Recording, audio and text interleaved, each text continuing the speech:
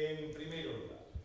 sinalar que o Grupo Popular presenta 7 emendas ao estado de gasto do proxecto da Lei de Orzamento, nas que queremos destacar principalmente o incremento de 500.000 euros das axudas para as federacións deportivas galegas, co objetivo de colaborar o máximo posible no seu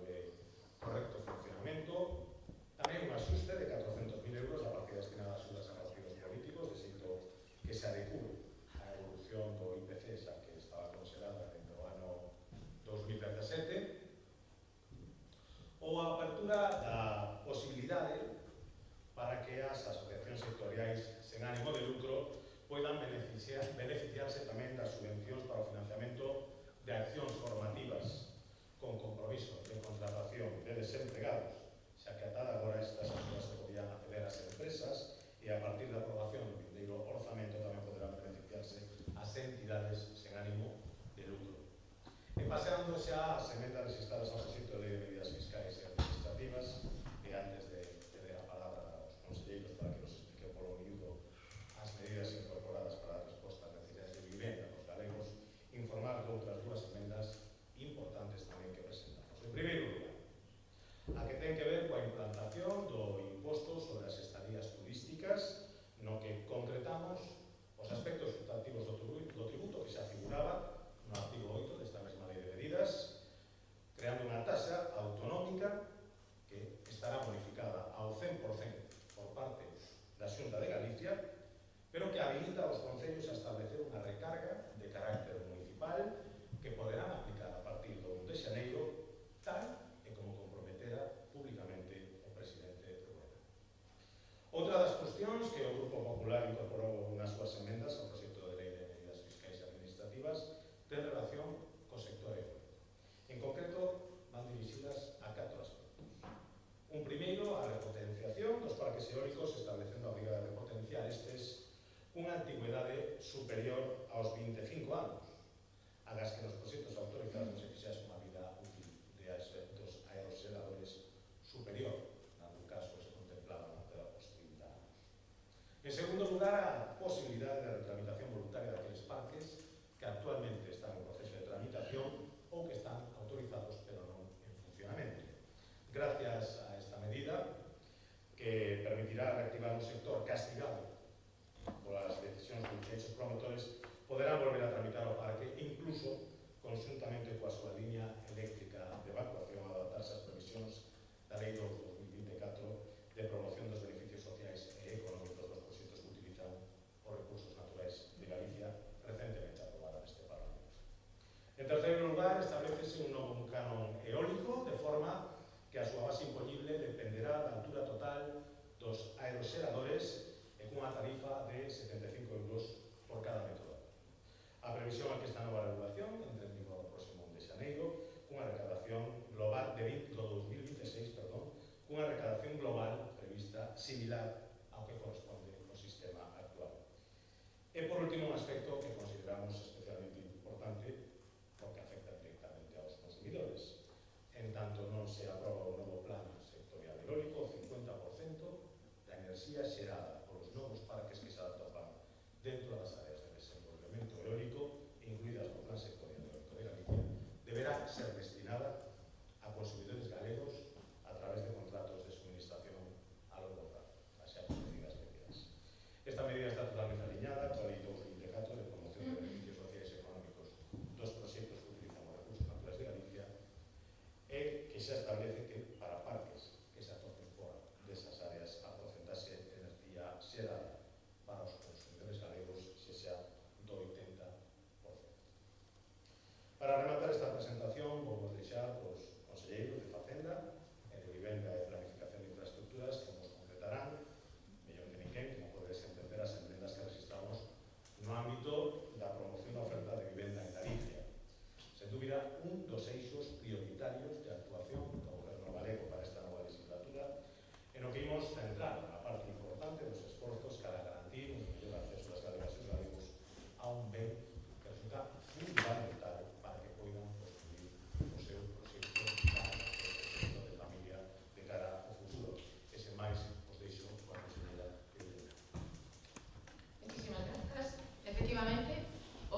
consideramos un paso máis para acadar os nosos retos de legislatura e seguir a dar resposta ás necesidades habitacionais dos galegos e das galegas, poñendo en marcha medidas que nos permitan seguir incrementando os nosos fogares, as nosas vivendas. En 7 meses fomos quen de pôr en marcha a execución de máis de 1.600 novas vivendas públicas e non podemos baixar o ritmo. É un traballo complexo, pero coa colaboración do sector e do resto das administracións públicas, en 2028 teremos 4.000 novas vivendas públicas. Ademais, creamos a Sociedade de Vivenda Pública de Galicia, que xestionará a promoción e construcción de preto de 2.350 novas vivendas públicas. A maiores, atendendo a demanda e necesidade de solo urbanizado, habilitaremos solo que permita a construcción de 25.000 vivendas, 20.000 delas protegidas. E para acadar estes obxectivos, imos aprobar uns orzamentos expansivos en materia de vivenda que veñen a triplicar os investimentos na construcción de vivenda pública e de solo residencial. A maiores, por suposto, acompañamos todas estas medidas con importantes modificacións normativas, leis como a Lei do Solo ou a Lei de Vivenda e un paquete de medidas excepcionais aplicables ata o ano 2028. Medidas xa coñecidas por vostedes como esa calificación indefinida e permanente das nosas vivendas de promoción pública ou daquelas vivendas de protección autonómica que se construan en solo desenvolvidos por promotores públicos, a adecuación dos requisitos de ingresos para acceder ás vivendas protegidas adecuadas ao tempo no que nos atopamos, a posibilidade de cesión por parte dos concellos de solo para a construcción de novas vivendas públicas, obtendo a cambio a contraprestación da totalidade dos locais comerciais que poda acadarse nese residencial colectivo, a agilización dos trámites, a regulación, a través da regulación das denominadas con esas entidades de certificación de conformidade municipal, de modo que poderán ter a mesma validez que os informes técnicos e xurídicos municipais, esa regulación específica para a tramitación deses proxectos de interese autonómico para a creación e construcción de vivenda pública, esa posibilidade de compatibilizar a urbanización coa edificación, pois o noso obxectivo, non nos esquezamos, é desenvolver 3,3 millóns de metros cadrados de novo solo para a vivenda, medidas que permitirán a construcción destas vivendas de promoción público e deses aloxamentos compartidos para mozos que terán a condición de obras públicas de interese xeral, medidas que permitan esa agilización e simplificación na conversión de baixos en residencias, que faciliten a emancipación dos nosos mozos que consideramos como un sector prioritario da sociedade galega. Queremos acabar tamén con esos esqueletos que percorren a nosa Galicia. Por suposto, estas e outras medidas teñen que vir acompañadas de bonificación fiscais que, ademais, imos enriquecer coas emendas que hoxe presenta o Grupo Parlamentario Popular e que de seguida imos a concretar coa axuda do Conselleiro de Facenda. Pero antes, quero resaltar a colaboración de todas as administracións locais dos concellos, pero teño que lamentar a deixadez do Goberno Central e dunha lei estatal que non só e que non axude, senón que está a prexudicar claramente ao pequeno propietario que non se atreve a alugar a súa vivenda. Temos a firme vontade de cumprir os nosos obxectivos e, por iso, dende a Xunta de Galicia reclamamos unha vez máis ao Estado que modifique esta lei estatal claramente lesiva e que se está demostrando ineficaz. Estamos a actuar para dar solucións efectivas a esas limitacións e a esa inseguridade xurídica creada con esas propostas de creación de zonas tensionadas ou de limitación de precios de alugueiros que dá lugar a que os propietarios, ben sexan promotores privados ou ben sexan particulares, non poñan as súas vivendas no mercado de alugueiros. Unha situación que imos reverter a través tanto dos orzamentos como de medidas recollidas nesta lei de acompañamento que ahora enriquecemos, repito, con estas enmendas que se presenta ao Grupo Parlamentario Popular e que consideramos moi atraídas para o obxectivo común que temos por diante. Na Xunta tomamos medidas porque o noso deber é o que os galegos e as galegas esperan de nós.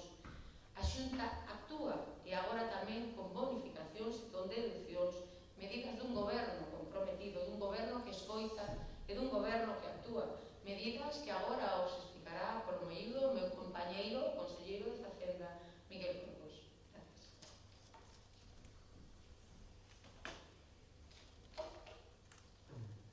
Gracias, María. Pois, como acaba de indicar a conselleira, os orzamentos de 2025 sentan as bases para incrementar a oferta de vivenda para todos os galegos e as galegas, e o mellor exemplo delo é que se triplica o investimento no programa de acceso a vivenda. Pero estas dotacións orzamentarias deben ser reforzadas tamén cun conjunto de medidas de carácter fiscal cunha tripla orientación. O primeiro, apoiar a vivenda protegida de promoción pública. O segundo, incrementar a oferta de vivenda e facilitar o acceso a ela. E o terceiro, estimular as persoas propietarias, que as persoas propietarias poñan os seus bens inmóviles no mercado de aluguer, é dicir, mobilizar esas vivendas válidas que temos na nosa comunidade autónoma para aumentar así a oferta de aluguer. Como saben, esa lei de medidas recollía medidas no primeiro obxectivo, como a exención da tributación do imposto de transmisións patrimoniais de actos jurídicos documentados para as operacións implicadas na construcción e financiamento de vivenda protegida de promoción pública, deducindo o 100% da cota deste imposto para operacións como a adquisición de solo residencial ou solo para promoción de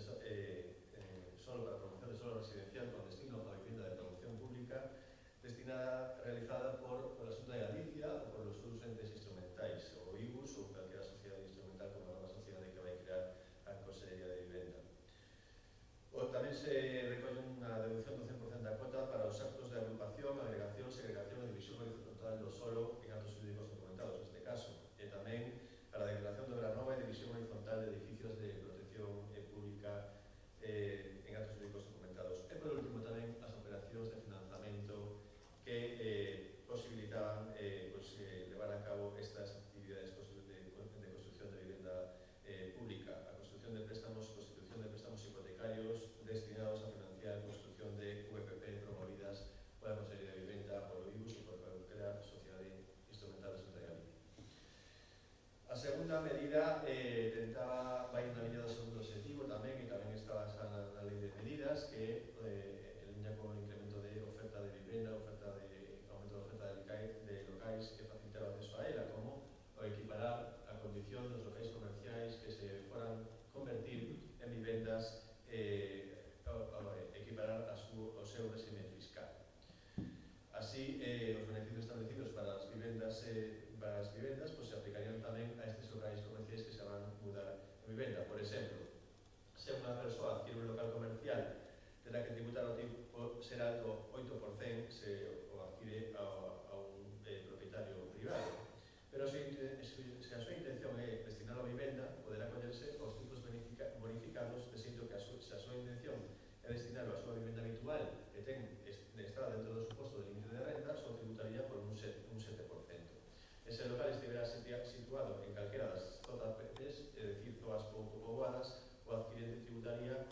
un 5% pola adquisición dese local. Ese adquirente fora unha das persoas pertencentes aos colectivos de protección especial, persoas con discapacidade de máis de 65%, familias numerosas, menores de 36 anos ou vítimas de violencia de xénero, o tipo aplicable sería o 3%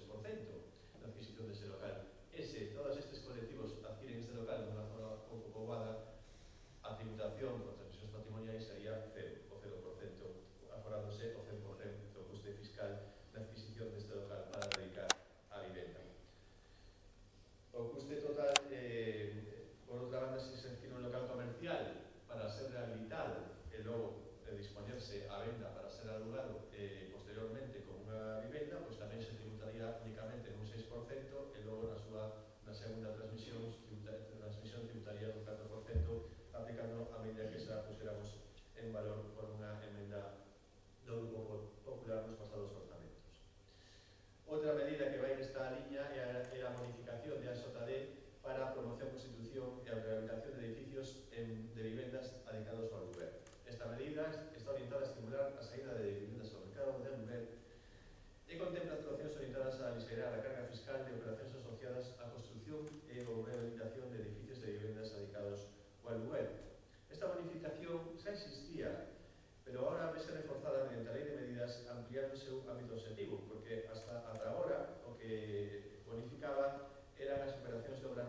visión horizontal, e agora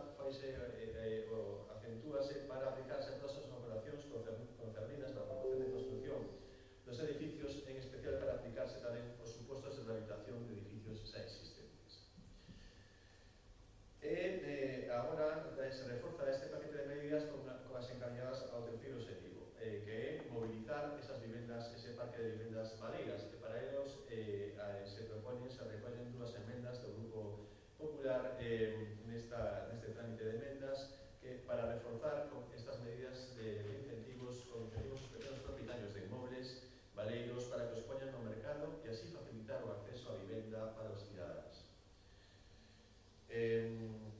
O objetivo desta proposta é incrementar nun 3% o número de alugueres, o que suporía poñer no mercado no curto prazo máis de 1.000 vivendas, en torno a 1.100 vivendas. A primeira medida consiste nunha reducción dos gastos derivados á adecuación dun inmoble baleiro para dedicado ao arrendamento como vivenda. Consiste nunha reducción da cota autonómica do 15% do IRPF, do 15% dos gastos de reparación e conservación, así como calquera outro gasto preciso para condicionar un inmoble para dedicalo ao aluguer, mesmo o certificado enerxético ou mesmo os custes de formalización do contrato de alugueiro. A deducción poderá imputarse no período impositivo no que se rematen as obras por un importe máximo de 3.000 euros vivenda e ano. A cuantía total da deducción será de 9.000 euros por vivenda, 3.000 durante 3 anos. A cuantía total sobre a que se pode aplicar esta deducción do 15%. Isto non poderá ser unha cota autonómica negativa e as cantidades satisfeitas non deducidas poderán deducirse nos 2 exercicios seguintes. Esta deducción só poderá aplicarse a contribuyentes propietarios dun máximo de 3 vivendas radicadas en Galicia. Os requisitos para a súa aplicación son que deben ser aplicadas sobre inmobles alicados aos arrendamentos urbanos que leven ao menos un ano baleiros. O inmoble debe estar arrendado nun prazo máximo de 6 meses desde a data de finalización da obra de adaptación. O valor do inmoble non pode superar os 250.000 euros. O arrendatario non pode ser un familiar directo do propietario do inmoble. Este inmoble, como decía, debe estar arrendado por un período mínimo de 3 anos e non se perdería o dereito de deducción se o arrendamento remata nun período anterior pero volta a arrendarse, a alugarse de novo nos 6 meses seguintes á finalización do contrato anterior. A segunda medida é unha deducción polo arrendamento de vivendas baleiras. Consiste en unha deducción na cota autonómica do IRPF tamén de 500 euros no primeiro período impositivo no que poñan a vivenda en alugar, que en caso de varios propietarios poderá ser prorrateada en función do porcentaxe de participación na propiedade, evidentemente. Esta deducción pode aplicarse a un máximo tamén aos propietarios dun máximo de 3 vivendas. No caso de convivir no tempo esta deducción para 2 ou 3 vivendas incrementaríase a deducción máxima ata os 6.000 euros por ano. E as cuantías non satisfeitas, de novo, por exceso de deducción sobre a cota, poderán deducirse nos 4 exercicios seguintes. Os requisitos para a súa aplicación son inmobles adicados ao arrendamentos urbanos que deben ao menos un ano baleiros tamén, que o prezo mensual do aluguer non supere os 700 euros, que os contribuintes sexan propietarios dun máximo de 3 vivendas tamén, independentemente da súa localización, sen contar con garaxes e rochos, e que o arrendatario tampouco sexa un familiar directo do propietario do inmoble. Igualmente,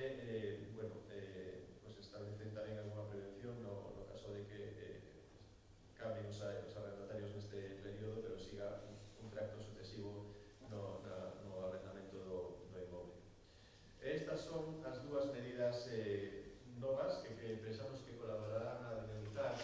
ese mercado de aluguer, poñendo no mercado vivendas baleiras, facilitando que se ponen no mercado vivendas baleiras para que agora mesmo están fora del e, por lo tanto, aumentando a oferta no mesmo, colaborando así a que máis galegos atopen unha vivenda nova